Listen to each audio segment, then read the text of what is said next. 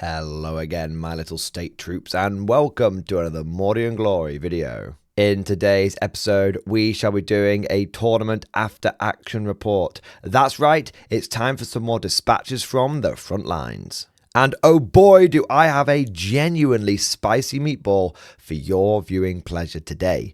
Because not only did I take an Empire gun line to a tournament, but it was also a doubles tournament. The forces of Nuln marched into battle side by side with the wolves of the sea. And I don't want to give too much away right at the beginning of the video, but let me just say, it was a very potent combination. And so without further ado, and with that foreshadowing lingering in the air, let us fix bayonets and charge right into this.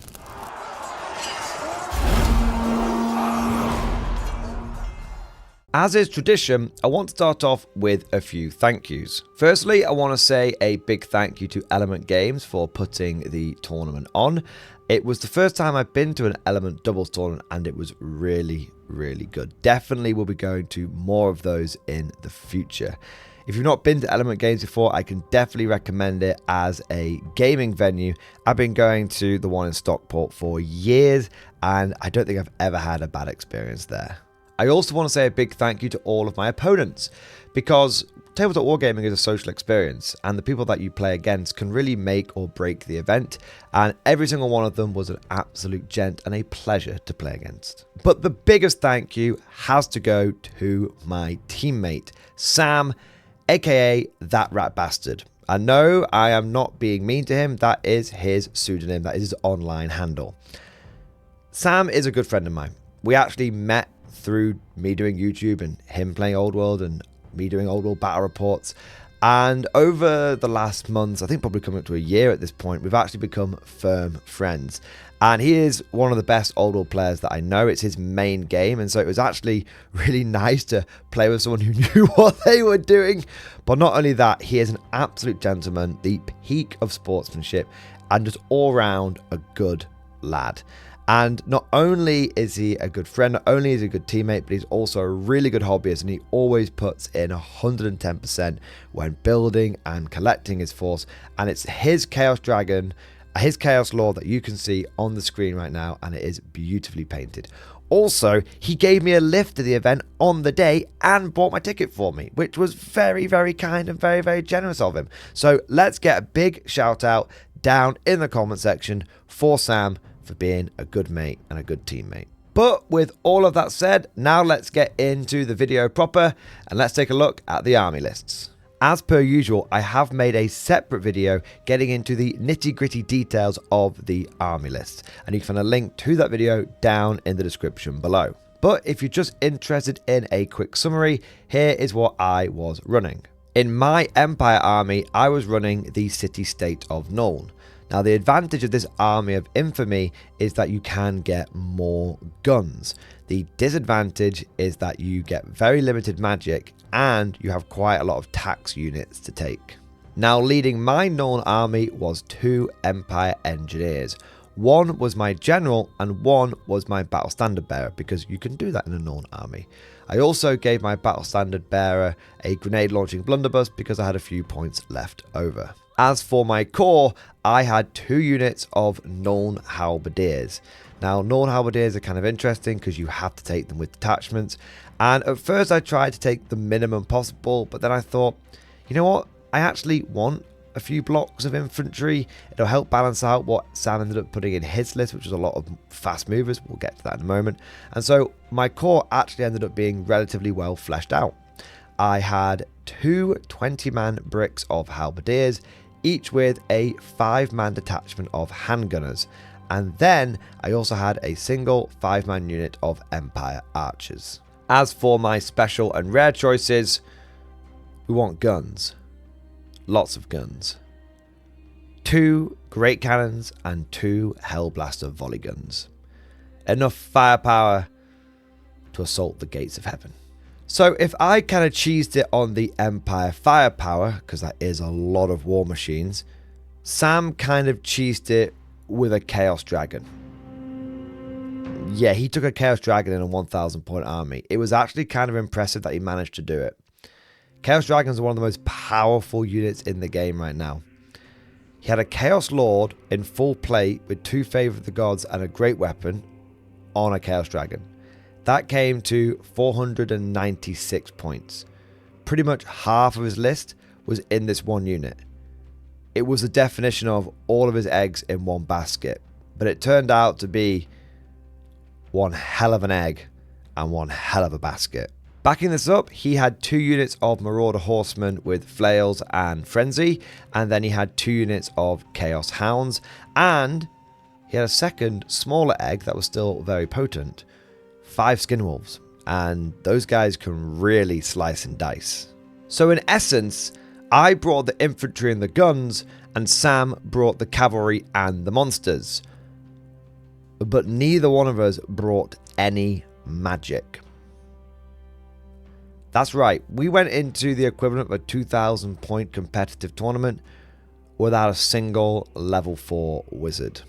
But you know what we said? Screw it, we ball. If it becomes a problem, it becomes a problem. But we're not going to try and rewrite our armies and compromise our list to try and squeeze something in that we feel is a bit of a crutch. Feels like a bit of a forced mandatory choice. We will live by the sword and die by the gun, and we will not put our faith in conjurers of cheap tricks. Also, narratively, it made kind of sense because I was running Null, and so the only spell I cast is gun. And Sam had Mark of Khorne in his army, and so obviously it makes sense that they wouldn't be too hot on wizards either.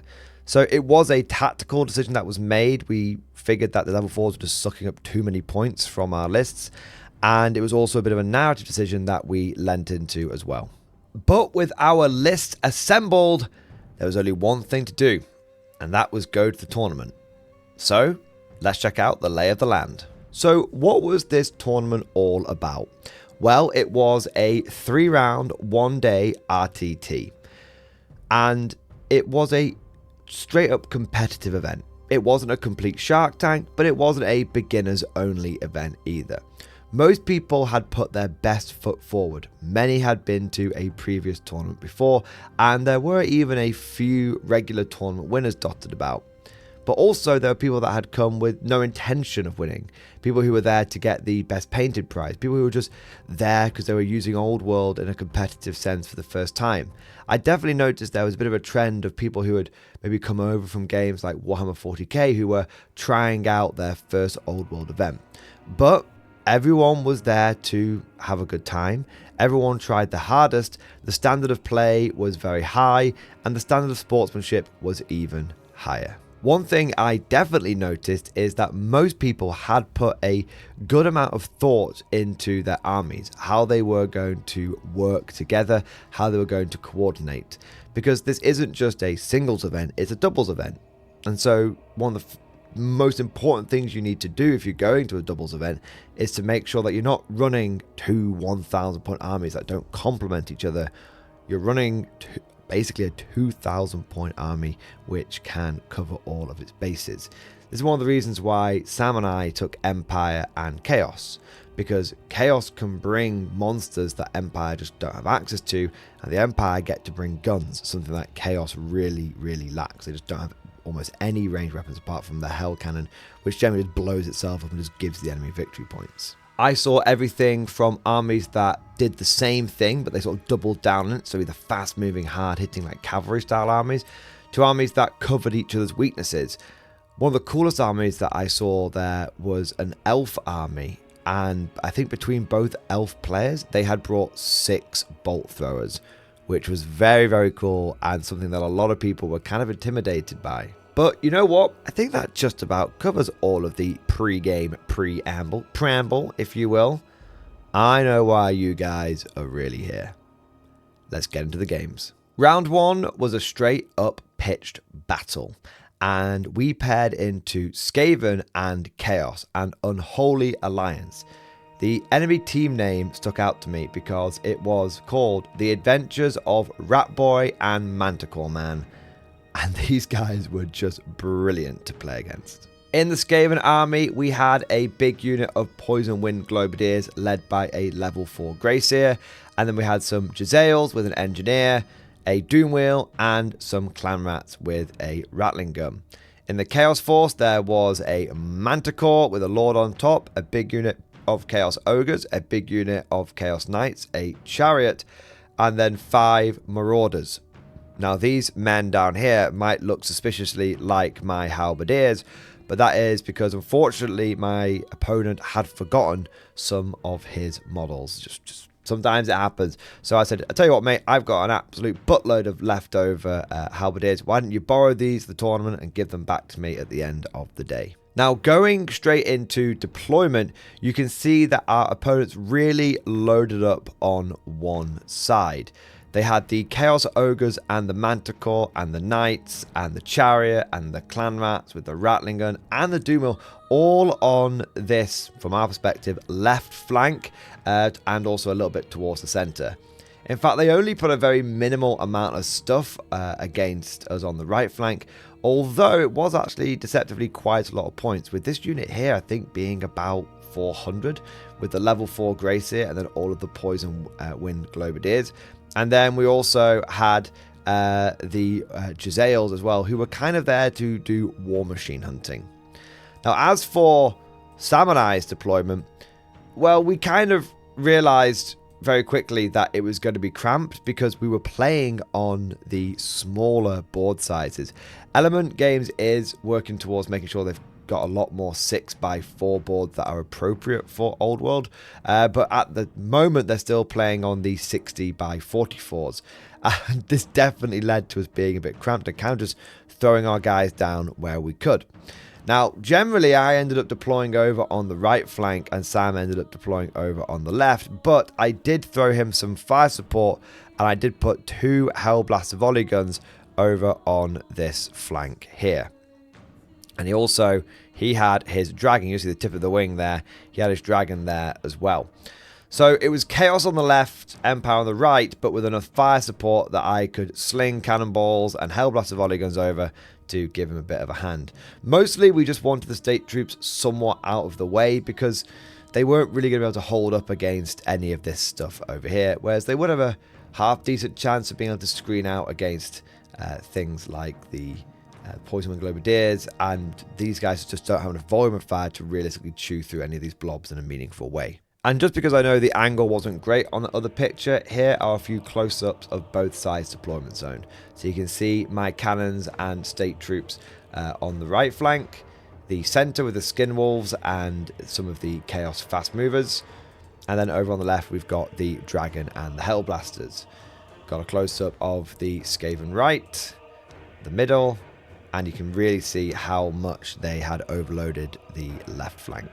We rolled off for first turn, and Manticore Man and Rat Boy took the initiative. And their first turn was very quick. They just blasted forward with absolutely everything. Just very aggressive move. In fact, to be honest, Sam and I didn't expect them to be quite so aggressive. We thought they might go for a more tentative advance.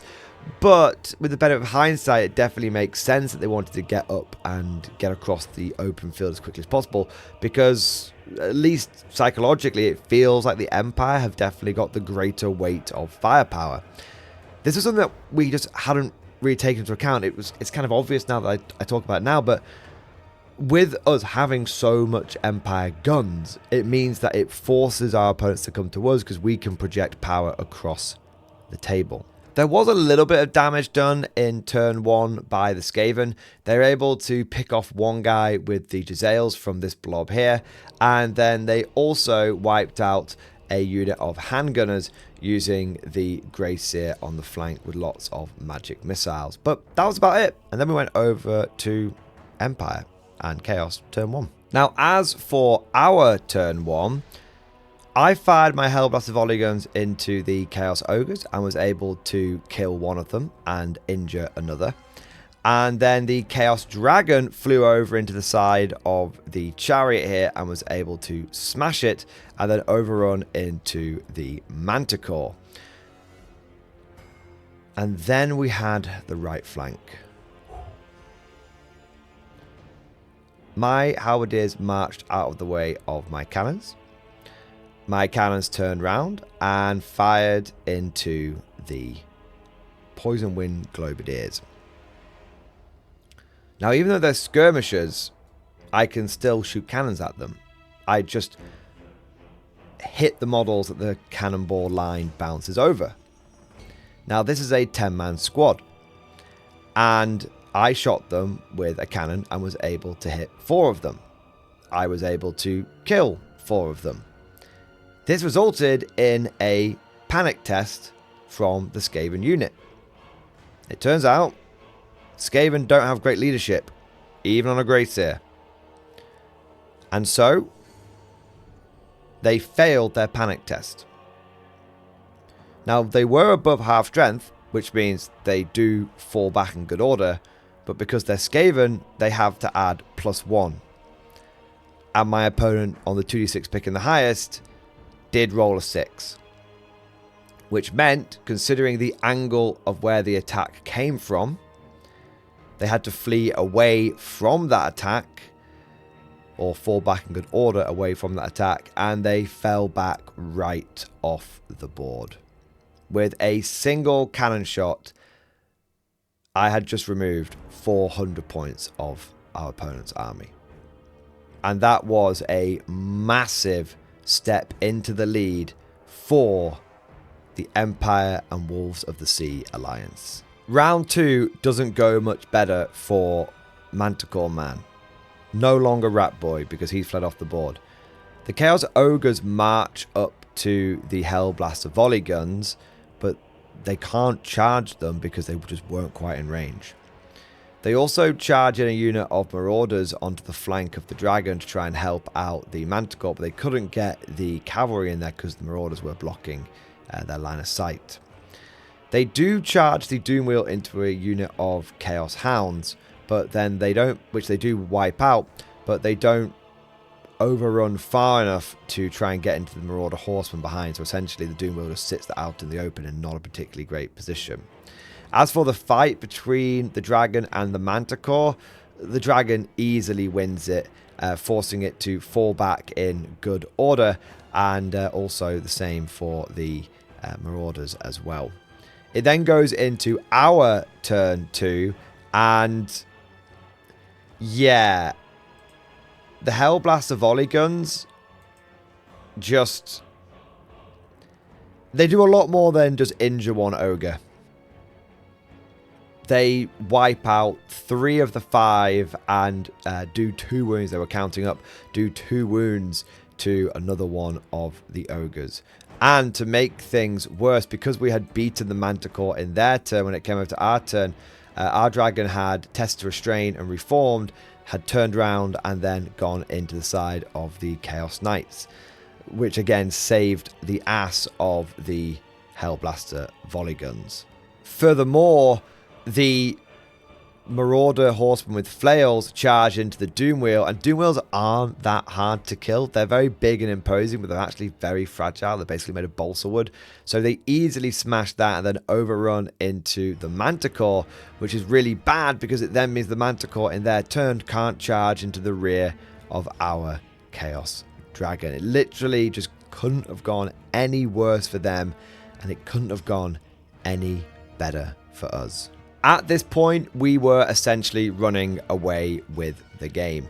We broke the Chaos Knights with the Dragon in our turn 2.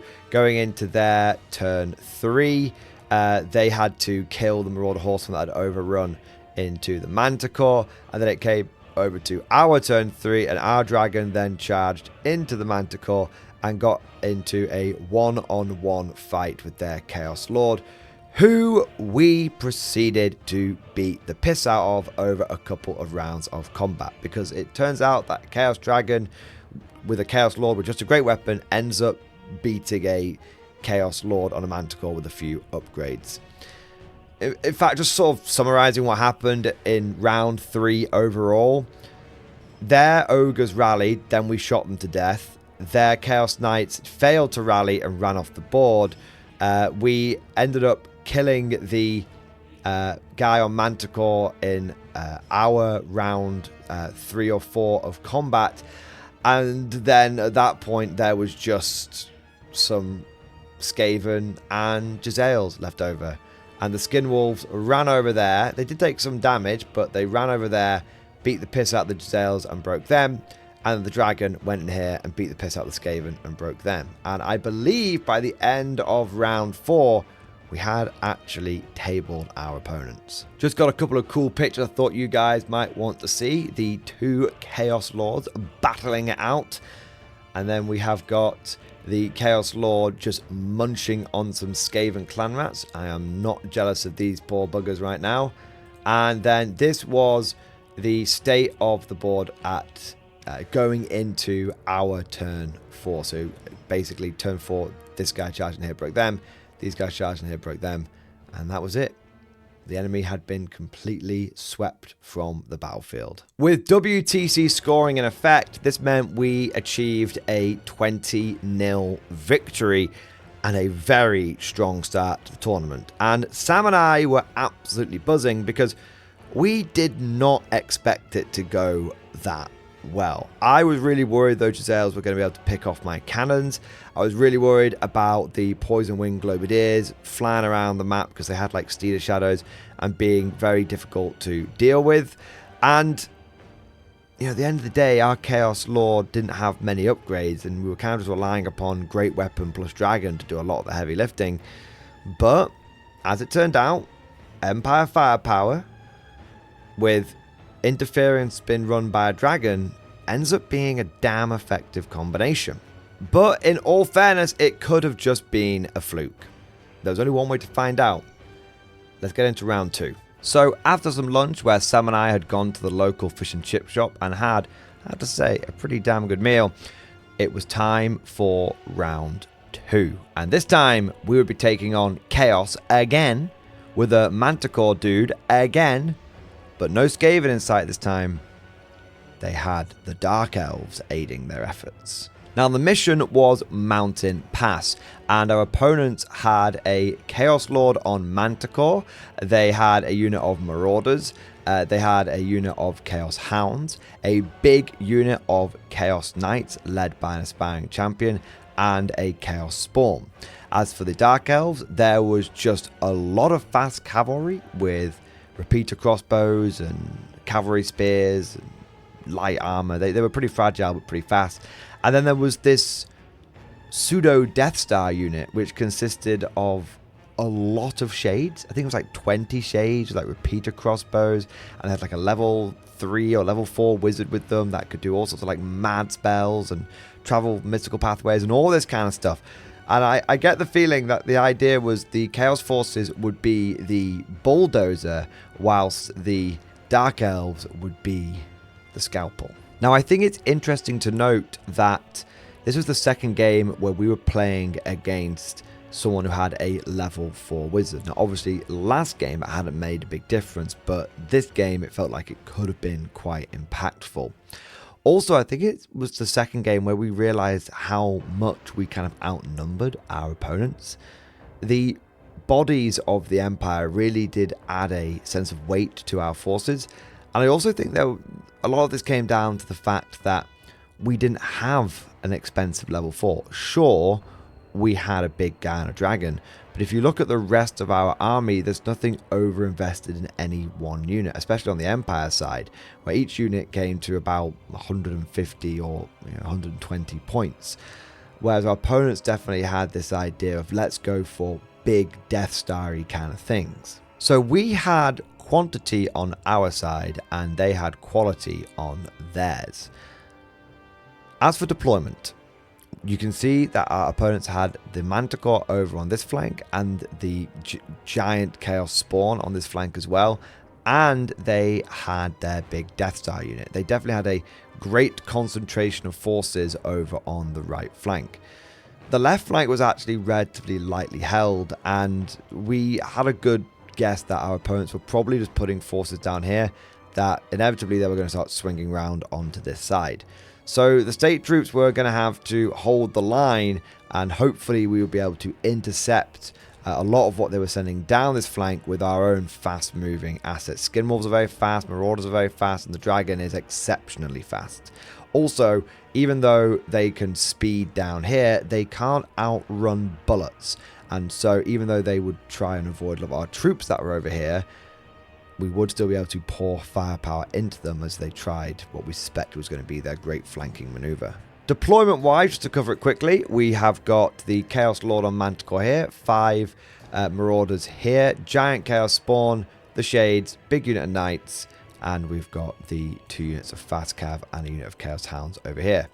As for us, you can see we've got Archers and Horses and Skinwolves, and all of our guns over on this flank. These guys are essentially providing a screen for the guns, whilst our infantry were going to try and hold the flank over here. Dragon was in a nice central position so it could respond where it was needed. Now, this picture here actually shows our turn 1 because we did win the roll-off. We pushed forward fairly aggressively with our fast movers here. We wanted to put the enemy under pressure to try and force them to become reactionary rather than proactive, but we were clever about it. We didn't just want to give the Chaos Knights an easy turn 1 charge. So a lot of these units had originally been in the way of the guns, but by moving down off the hill, we were able to then start firing. Now, one of my cannons fired into the Chaos Spawn and actually managed to take quite a few wounds off it. The second cannon fired into the Chaos Spawn but rolled a 1 to wound. But straight from the get-go, we were putting wounds on this thing. And what's interesting is I had been very intimidated by the giant Chaos Spawn because of what happened in a practice game I'd had with Sam. We'd done Orcs versus Chaos. If you've not seen that battle report, you should definitely check it out. And his Chaos Spawn just munched like an entire flank single-handedly. It turns out that Chaos Spawn aren't actually all that overpowered and broken if you just yeet cannonballs into their face every turn. Now we've got some closer up pictures here of what happened. So you see the Chaos Spawn was down to 2 wounds.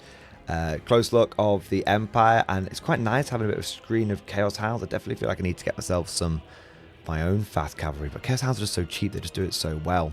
A bit of a close-up of our left flank, and you can see there was some hot dog-on-dog action that happened thanks to the Vanguard moves and charges and stuff like that. I love that Chaos Spawn model, it's so cool.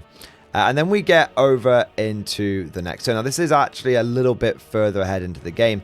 Our opponents have had their turn 1, and then I think this is us going into turn 2. This is a picture of Battle Round 2. Now, essentially what happened over the course of our opponent's turn 1 and Battle Round 2 is the winds of magic were fickle.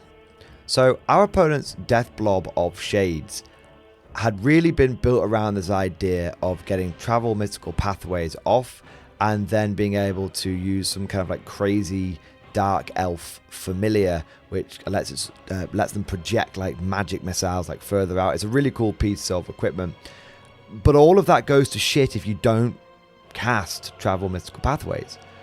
And both turn 1 for our opponents and turn 2, even though they only needed a 5 on the dice, a 5 or a 6 on the dice, they failed to get travel mystical pathways off 2 times.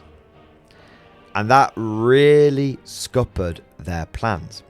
And what actually ended up happening is, when we saw that happening, Sam just went full send down the flank. He was like, I'm going aggressive. I'm going at them.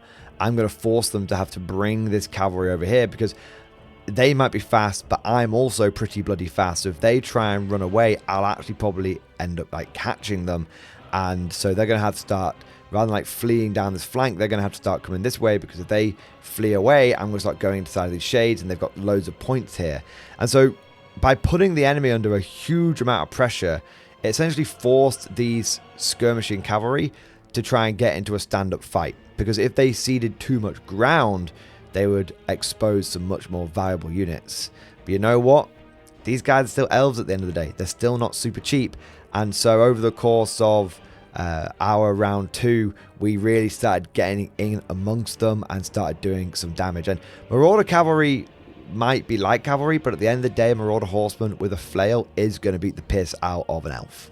It's just going to happen. whilst all of the crazy cavalry shenanigans were happening on the left flank, we were getting into it in the middle as well. So our opponents had marched their cavalry forward turn 1, but then in turn 2, we had baited them because this unit had the Mark of Khorne, so it had Frenzy, so it had to charge. And they charged into our Chaos Dragon. And we were like, that's totally okay. Because it's a Chaos Lord on Dragon, it will be able to deal with a bunch of knights. Because they weren't chosen knights, they were just regular knights. So the Chaos Lord on Dragon took the charge and just butchered like 4 of the knights, and they really didn't do all that much to him. And then things started to go sideways. Not for us, we had a great time. For our opponents. You see, this was the state of play at the end of round 3. All the knights are dead, Chaos Spawn is dead, and the Manticore is in a one-on-one duel with our dragon. And well, we kind of know how that goes thanks to our first game. So what happened is, in our turn 2, I yeeted a cannonball into the Chaos Spawn on 2 wounds, and it went, ow, that hurts, and fell over and died. And then I put 2 Hellblaster volley guns and a cannon with grape shot and a unit of archers and a unit of handgunners into the Chaos Knights, and they also went, ow, that hurts, and fell over and died. In fact, the reason I was able to cannonball the Chaos Spawn is because I used the archers to pick off the last wound from the aspiring champion. Like Harold Godwinson, he died to an arrow through his eye socket. Or maybe it was an arrow to the knee if you're a Skyrim fan. And then that meant that our Chaos Dragon was able to sort of fly over here and intercept the Manticore Lord. Which was pretty good. And so, at the end of our turn 3, it's really looking a bit squiffy for our opponents. We've got the spawn, we've got the knights, we've started to get in amongst their cavalry as well. Their Manticore's locked down. The only thing they really have in the bank is the Shades. Now, I've got a few action shots of that turn that I think you guys will enjoy. So there's a close-up of the second Dragon versus Manticore duel of the day. And you can see the Chaos Marauders getting in amongst those Dark Elf Cavalry with the Skinwolves threatening the next squad. The nice open space where once there was a giant unit of Chaos Knights. And then we get to the next battle round.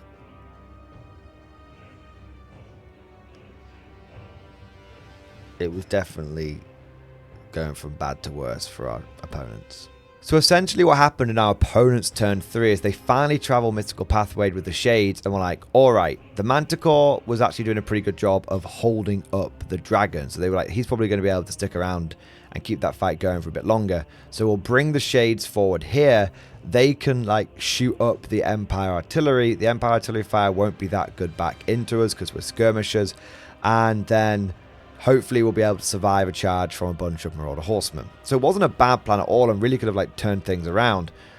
Unfortunately, the Shades fired everything into the Hellblaster volley gun and only did 2 wounds to it. This was some kind of like mad once per game, like full reroll shenanigan going on. They just didn't get enough 6s to wound. I like to think the front of that Hellblaster was just peppered with all these arrows sticking out of it, but they basically cycled the gun and like turned around the next set of cannons and it just sort of broke all the arrow shafts up and it was still good to go. Turns out that in the war of guns v bows, there's a reason none of us are running around with bows anymore. So we survived their anti-artillery assassination attempt, and then we beat their Manticore in combat. Now this was very important. In the first round, their Manticore had actually gone toe-to-toe with our dragon. But that turned out to be a fluke, and that our opponents had rolled quite well, and that Sam had rolled quite badly. This had sort of given them a false expectation of what was going to happen in the next round of combat, which was in their turn 3, where we beat their Manticore. And Sam actually did quite a few wounds to him, and then pushed him back. And then tested to restrain. He successfully tested to restrain with the dragon, which meant that when we went into turn 4, the Shades didn't get hit by some Marauder Horsemen. They got hit by the dragon and some Marauder Horsemen. And the Manticore was left out in the open, facing down all of these Empire guns. So the Manticore died, and the Shades essentially got mashed into a paced turn 4. There was not a lot left. In fact, we can actually just cycle through the rest of these action shots, and it'll pretty much show you what happened with the rest of the game. So I actually ended up killing the Manticore with the grenade launching blunderbuss shot. Pretty happy about that. I thought that was pretty cool. You can see the Shade Bukkake party between the Marauders and the Chaos Lord and Dragon. You can see what the state of the board was at the end of our turn 4. You can see the Shades are starting to get pretty badly torn to pieces. They're running out of things they can like challenge with and stuff like that. I think this was around end of round 5 when the only Dark Elf that was left out of that unit was the BSB. He did not pull out a heroic maneuver from the bag. He just got eaten. The Dark Elves tried to charge in a unit of cavalry to help relieve the situation. It did not. Oh yeah, this is important. The Chaos Dragon took like 1 wound. And every single time Sam rolled on the Gaze of the Gods, he rolled a 5, which is an extra attack. And in fact, by the end of the game, he had rolled 6 5s. I have no idea what the statistical likelihood of that is, but it must be very, very low. And before anyone goes, fix, cheat, he used a different dice every single time, including one of my dice and including some of our opponent's dice. He just rolled 6 5s at the beginning of each turn, got 6 extra attacks. I think ended up with 12 or 13 Strength 7 attacks on a Chaos Lord. We were all like, what the hell is this, 40k? And then we've got the Skin Wolves just mopping up the last of the Dark Elf Cavalry. They finally got to grips with their opponents, and there was not a lot left. That was the final shot, I think, of our turn 6. And so by the end of turn 6, game 2, we had just tabled our second opponent. And it was another 20-0 victory. And not to rub salt into the wound, but I didn't take a single casualty. One of my Hellblasters got badly damaged, but I did not take a single casualty. Basically, we sent forward all of our Wolves of the Seas auxiliaries to tank the damage, whilst we sat back and proceeded to blast. In fact, in 2 games now, being an Empire State Troop in my army had been a very cushy gig. But with our 2 20-0 victories under our belts, it meant only one thing: that we were going to be on top table round 3 with a possibility to bring home the gold. The first couple of games have been fun. Now it got serious. So this was it. Round 3, top table, winner takes all. And it was going to be a hell of a difficult battle. Our opponents were running Bretonnians and Chaos Dwarves. This was a very good combination because, like with Sam and I's armies, these covered each other's weaknesses. The Chaos Dwarves tend to be pretty good, but fairly slow. Well, Bretonnians bring speed and they bring punch in abundance. Not only this, but our opponents were 2 good players. In fact, the man with the Chaos Dwarves is someone who I have faced off before and who has featured in one of these after action reports before. If you remember when I went to, I think it was one of the first 2,000 point tournaments at Element, and I encountered the vampire counts that screamed my entire army off the board in 2 turns. Yeah, it was that guy. So we know he's good, and I've seen him win tournaments before. So not only were these 2 good lists and a good combination, we were playing against 2 good players. Speaking of army lists, in the Chaos Dwarf army, we had a level 4 wizard on I think it's a Taurus beast. It was a unbelievably tanky character. I think he could get to toughness 9, which was even going to be difficult for my great cannons to start wounding. He also had a demon engine here. In all honesty, this thing wasn't all that scary. It was just like a steam tank, but it had an organ gun on the front of it rather than a steam cannon. We then had a unit of Chaos Dwarf, like Infernal Guard, just a big brick of combat infantry with great weapons.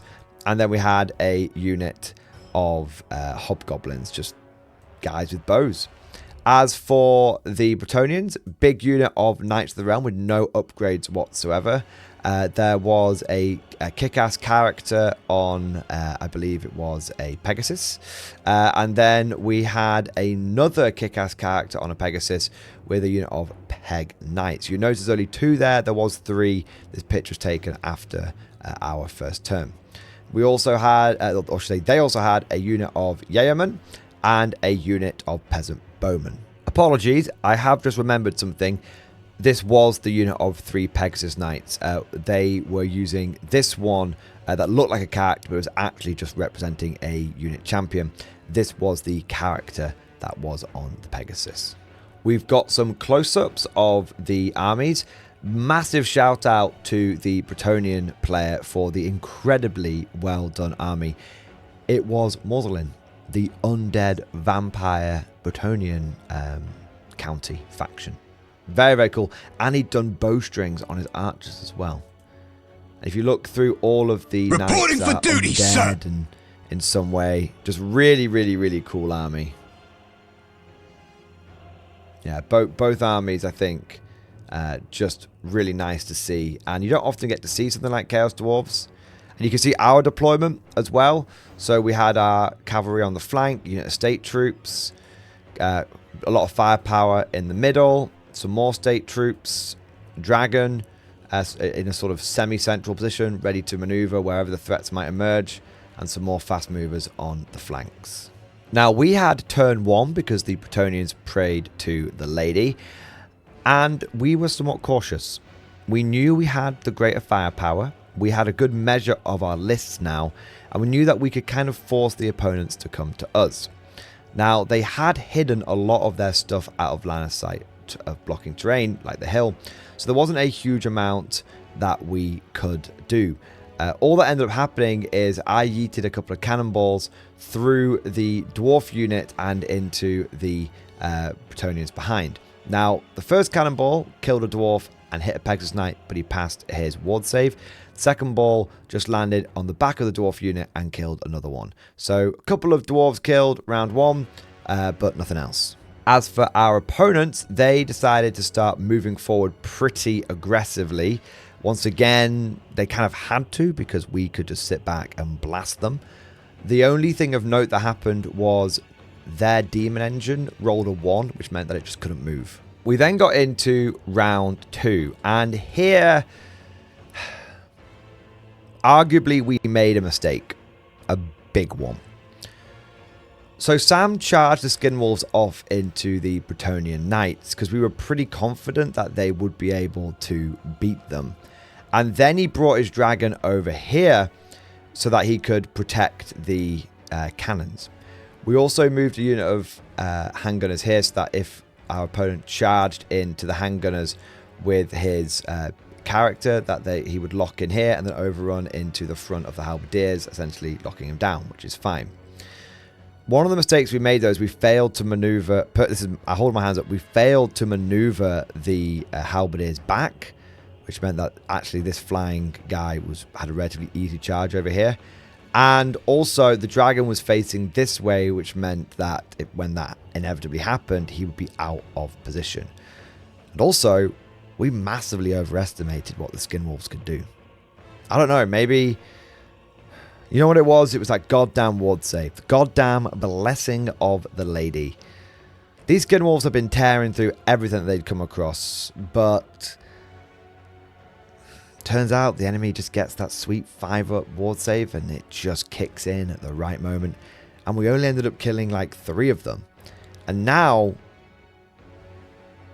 there's a very punchy Bretonnian character ready to hit the Skinwolves in the flank. My Empire guns also didn't have a great selection of targets, but we decided to put everything we could into the sorcerer on Taurus.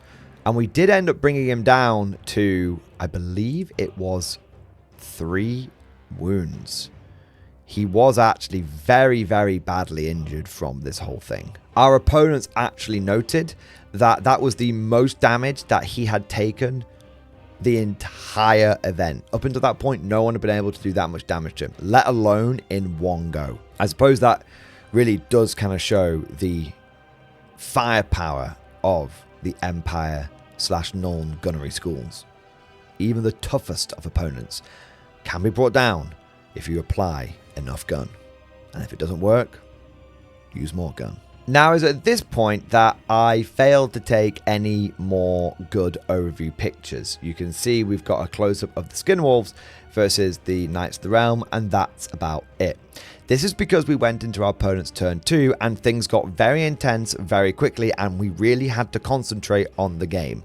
So forgive me, but I'm going to be just describing what happened now, and I'll be using my mouse to try and show what happened as well. In our opponent's turn 2, the Taurus came over and started doing nasty things to my state troops. They actually managed to hold out for a couple of turns, but what essentially happened is he went in here, mashed them up, followed them up, and then mashed them up again and drove them off the board in our turn, which meant that he could then start working on the cannons. That was bad. We then had the Skinwolf fight, which went very badly when the Bretonnian character with the multiple wound magical item just killed all 5 of them in like one go. He just could not roll less than a 3 on the multiple damage. Just went bonk, bonk, bonk, bonk, bonk. Also, Sam had a bit of cold dice and he failed 5 out of 5 regen saves. So that was bad. So going into turn 3, we've got a Taurus which is mashing up the state troops. We know that he's probably going to win that fight and then start being able to work on the cannons.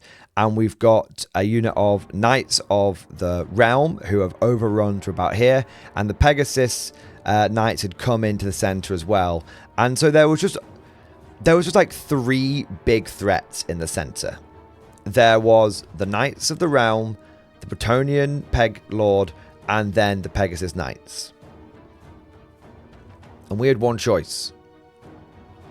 We could try and retreat.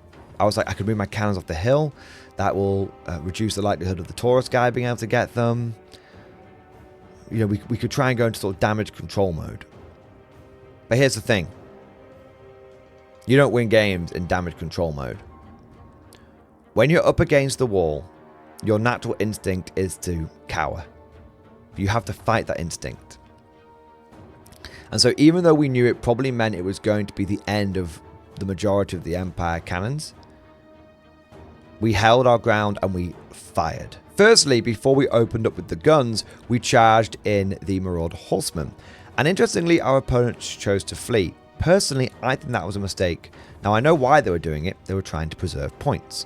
But these knights had just held off some Skinwolves. So they were probably going to be able to hold off some Marauder Horsemen, right? Secondly, we had 3 threats we had to deal with that turn. The Knights, the Pegasus Knights, and the Pegasus character. By fleeing away, it essentially meant that without having to fire a shot, we had got rid of 1/3 of those threats. Meaning that the remaining 2 threats now had to tank all of the firepower, allowing me to concentrate it much more effectively. And we've seen it twice already this tournament. When the Empire guns start firing, the enemy starts a-dying. And even with the blessing of the lady watching over them, there's only so much that a watery bint with bath water in a cup can do to protect you against the fury and the gunpowder of the truly finest human nation in the old world. A Hellblaster volley gun tore through the Pegasus Knights, getting a really decent amount of shots and without a misfire, so I was able to boost its ballistic skill. We then finished off the remaining 1 wound Pegasus Knight with a cannon. We then fired the next Hellblaster volley gun into the Pegasus character and were able to bring him down to 2 wounds. The next cannon fired in, It got the hit. It got the wound.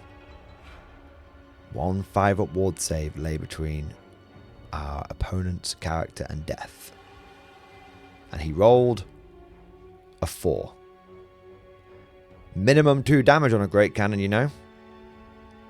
Pop, pop. Bye, bye, buddy. Now, with those Pegasus units dealt with, it really did take a lot of the pressure off. Because now, if you can imagine the situation, there's only the guy on the Taurus who's really left that is immediately in our grill. And we've got a Chaos Dragon who can start swinging around and dealing with him. The Knights surely might rally next turn, but they're not going to then get back into the fight until much later in the game. And the Demon Endurance sort of bumbling around here, sort of firing shots at us. We still had to deal with the big unit of Great Weapon Dwarves, but we felt a lot more secure. That was until the Taurus started doing its thing. Now, before we get to that, I'm going to wrap up essentially what happened on the flank, because they were like their own little self-contained battles. The Yeoman killed the Chaos Hounds, and then the Marauder Horsemen beat the piss out of the Yeoman. They actually almost got to the Peasant Bowmen as well, but it turns out Peasant Bowmen are actually half decent. And they were able to shoot down the Marauders between shooting and between stand and shoot, and were able to whittle them down. To the point where I think the Chaos Horsemen never actually made it into combat with the Peasant Bowmen. Over on this flank, the Archers got into a duel with the Hobgoblins, and neither side really achieved anything. They never really got into range of my Archers because they had short bows, and I never took enough casualties off them to cause any points. The Chaos Dogs actually ended up surviving for nearly the whole game, but were finally picked off by something in the last turn. And the Marauder Horsemen here, when they had failed their charge into the Bretonnians who had fled away, redirected into the side of the Tauros, where they immediately got absolutely obliterated by this guy. So that sort of concludes everything that was happening around the flanks. Now let's get back to the center with the Taurus, the Chaos Dragon, and the Empire guns. So after I had blown away all of the Bretonnians in the center, in the same turn, in our turn, the Taurus beat the state troops, and they ended up falling back off the board. That meant we went into our opponent's turn 3, where he just immediately charged into one cannon, obliterated it, and then overran into the next cannon. But this meant that it came round to our turn 4, and we had a Chaos Dragon set up and ready for just this eventuality, and we charged it in. Now, up until this point, this Chaos Dragon has been a force of nature. Nothing's been able to stop it. Other Chaos Lords or Manticores have fallen. Entire bricks of Knights have fallen to it. This Taurus was only on 3 wounds. Our Chaos Dragon was on 10. And the Gaze of the Gods had been kind and favourable to us, and we'd actually managed to pick up a couple of extra pips of strength, which is very important when you're fighting some toughness 8, toughness 9 monstrosity. But this thing is one of the toughest things in the game. And where cannons had weakened it, the Chaos Dragon failed to seal the deal. I honestly thought Sam would go in there, 1 round of combat, bing bang boom, 3 wounds off him. It's only got a 5-up armor save and a 5-up ward save. I thought bing bang boom, he'd smash it. But Sam's dice were a little cold. Our opponent's dice were a little hot. We only managed to take 1 wound off this thing, and it actually managed to beat our Chaos Dragon in combat. And then it followed up. And what proceeded to happen over the next couple of rounds of combat was the Chaos Dragon, it was getting beaten. And to make matters worse, just as the Chaos Dragon started to turn the franchise around, the unit of Chaos Dwarves with great weapons charged in and started wailing on it as well. It really looked like the dragon was going to lose the fight. And it really looked like our opponents were going to take home the gold. But fate was not done with us yet. So in 1 round of combat, the dragon ended up falling back. I think it fell back the full 6 inches. And our opponent with his Taurus actually ended up only rolling, I think, like a 3 on the pursue. So it didn't actually make it into combat. That happened in their turn 5. So it came over to our turn 6. And this demon, this Taurus, was on 1 wound. Ignore this 4. This 4 doesn't mean anything. It was on 1 wound. And due to where it had overrun, it found itself slap bang in front of a little detachment of Empire handgunners. A detachment that our opponents had ignored up until this point. The detachment that originally had been intended as a completely sacrificial unit to draw the Taurus off in the wrong direction. And the Taurus is a large target, which meant all 5 of these guys got to fire. They leveled their guns, hitting on their mighty ballistic skill of 3, meaning they needed force to hit. They managed to get 2 hits. Now they needed 6s to wound. 1 wound. A single 6. A single hammer of Sigmar flashed up on the dice. Now, because it's a handgun, that means it is armor bane. And therefore, our opponents didn't get their 5+ armor save on the beast. But they did get a 5+ ward save. This was it. A single dice roll to determine the entire fate of the game and to save the dragon, to save the dream. They rolled the dice and it was cocked. It was on a 4 and it was cocked, but it was truly cocked. There was no argument about it. I was like, yep, that's definitely cocked. You got to re-roll it. Roll it again. It landed on a 1. And with a furious volley, the Empire handgunners, the tax unit that I had to bring, because you have to bring one with non-state troops, brought down the beast and saved the day. And you know what? It's always the case, isn't it? It's always the way. It always comes down to the infantryman and his rifle. And this was a huge swing because it then meant that the 2 wound or 1 wound Chaos Dragon was able to swing unmolested against the Chaos Dwarf Warriors and just absolutely beat the snot out of them. And so we ended up killing their 500 point character, but they didn't kill our 500 point character, which resulted in a 1,000 point swing. We preserved 500 points of ours. They lost 500 points of theirs. And that was enough to win the game. They did try a long bomb charge with the now rallied Bretonnian Knights of the Realm, but they just didn't roll far enough.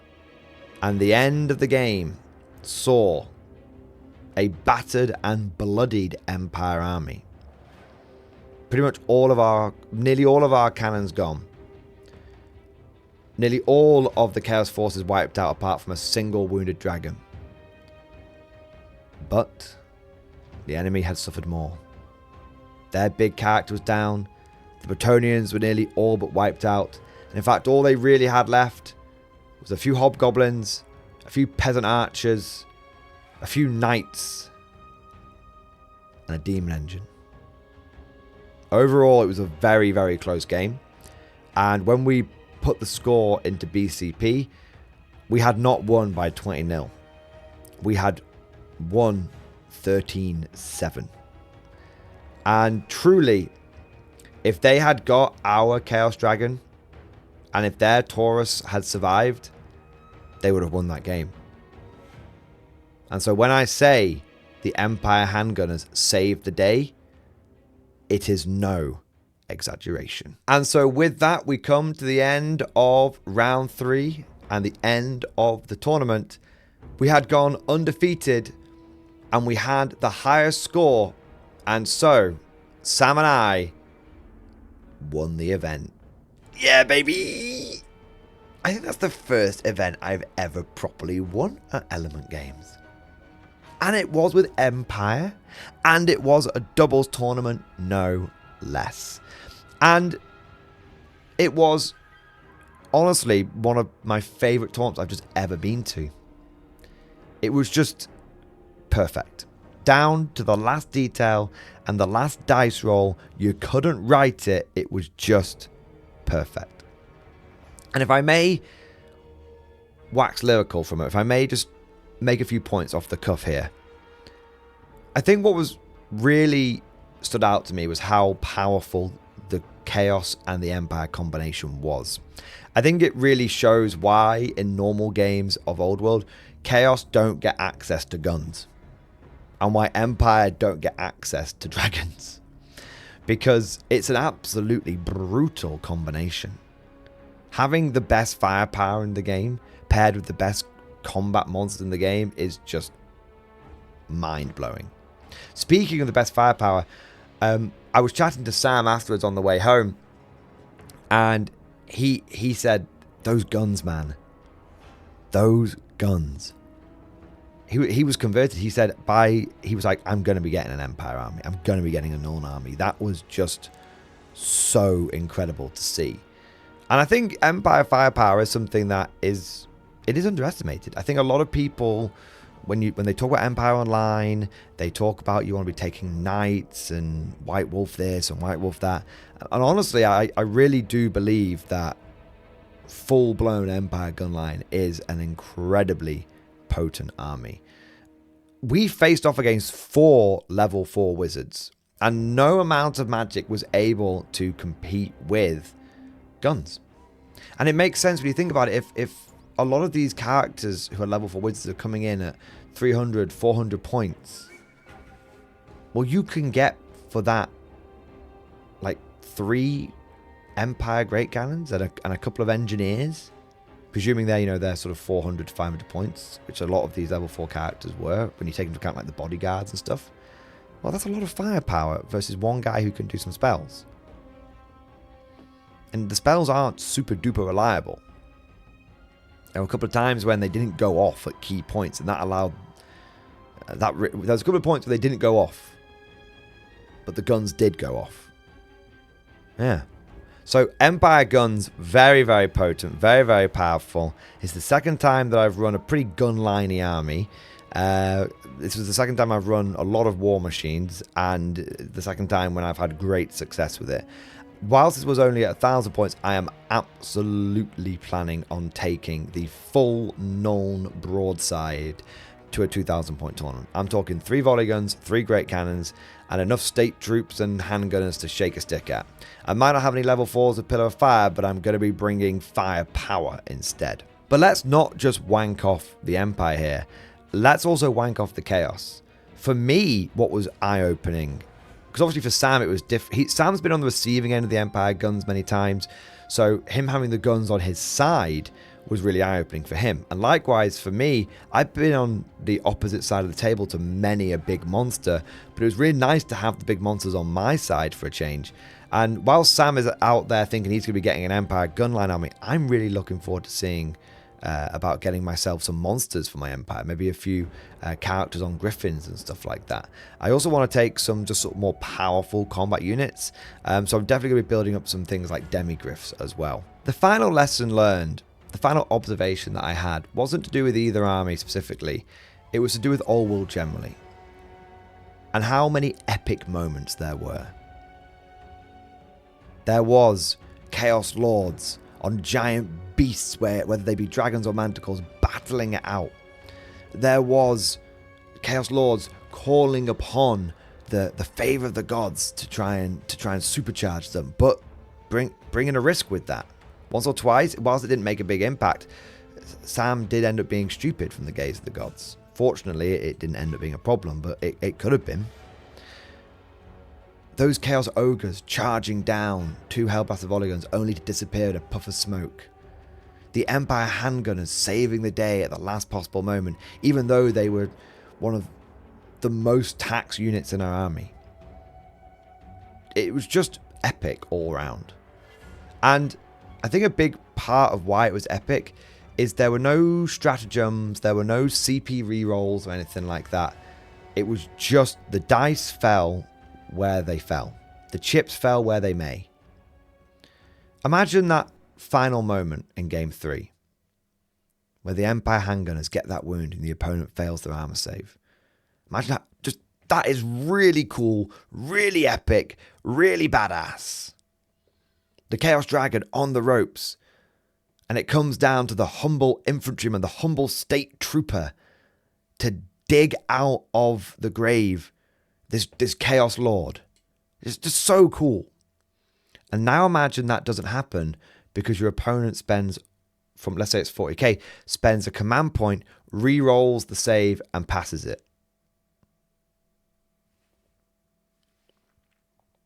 Suddenly you don't have that epic moment. Suddenly you don't have the average human punching up against the odds. Suddenly it just doesn't happen. And likewise, the fact the fight was that close, because the Chaos Lord, despite all of its ferocity, doesn't have rerolls to hit, doesn't have rerolls to wounds, just has to rely upon hitting and wounding. You know, how much less epic would that Tauros versus Dragon fight have been if the Dragon had just gone in there, full rerolls to hit, full rerolls to wound, no saves allowed, bang, Tauros falls over and dies. That wouldn't have been epic either. It was the fact that there were no rerolls involved, the fact that the dice just had to be rolled and whatever happened is whatever happened. There was no thumbs on the scales from any other mechanics, is what made that final game, in my opinion, the best final I have ever played in any tournament ever in 10 years of competitive play. Normally when you get to a final, especially in 40k for example, it's over in like 2 turns. One side just gets fisted by the other and that's it. And that happens in Old World as well. Been plenty of times when I've won my first couple of games, got to a final, and then, you know, it's just been over before it began because I was running a bit of a memey list, you know. But this was an example of two good players on each side, 2 good lists on each side, with good thought and good coordination put in on each side.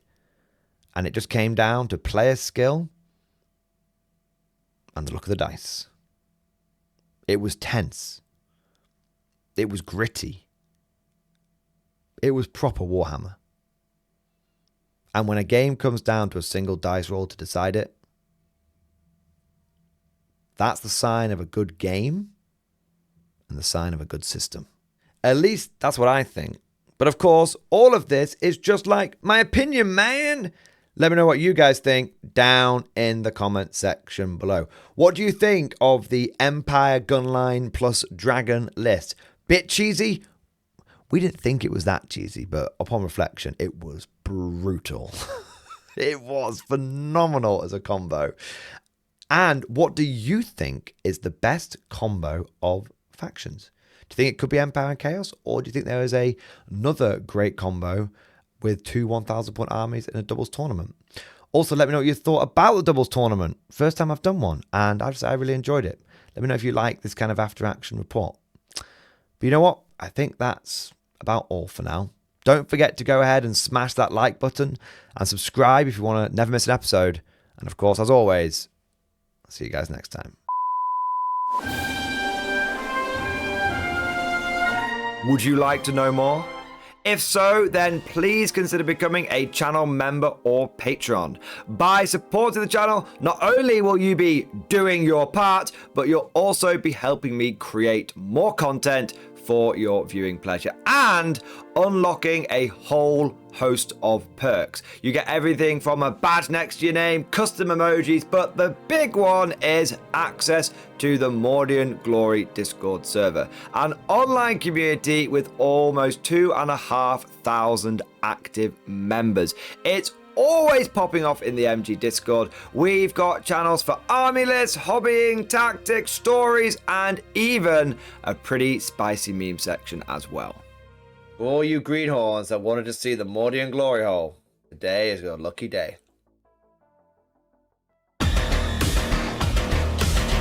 And joking aside, I do want to say a massive thank you to all of the current channel members and Patreons. You guys are amazing. Truly the lifeblood of the channel. I could not do Mordian Glory full-time without the incredible and generous support of my members. So thank you guys so much. And last but certainly not least, I want to say a personal thank you to all of my top tier Patreons. These are the War Masters, the people who have truly gone above and beyond the call of duty. So a heartfelt thank you to Alex Dengal, Bonbon Vert, Lord Pryor, Mark Panconi, RJ Scorpion, Swordfish Trombone, Try Again Bragg, John Stubbs, Nick Walsh, Diesel Fox, and August Barney. Seriously guys, thank you from the bottom of my heart. Your support is incredible and it makes a huge difference. Thank you so much. That's all for now. Hope you've all enjoyed today's video, and of course, as always, see you guys next time.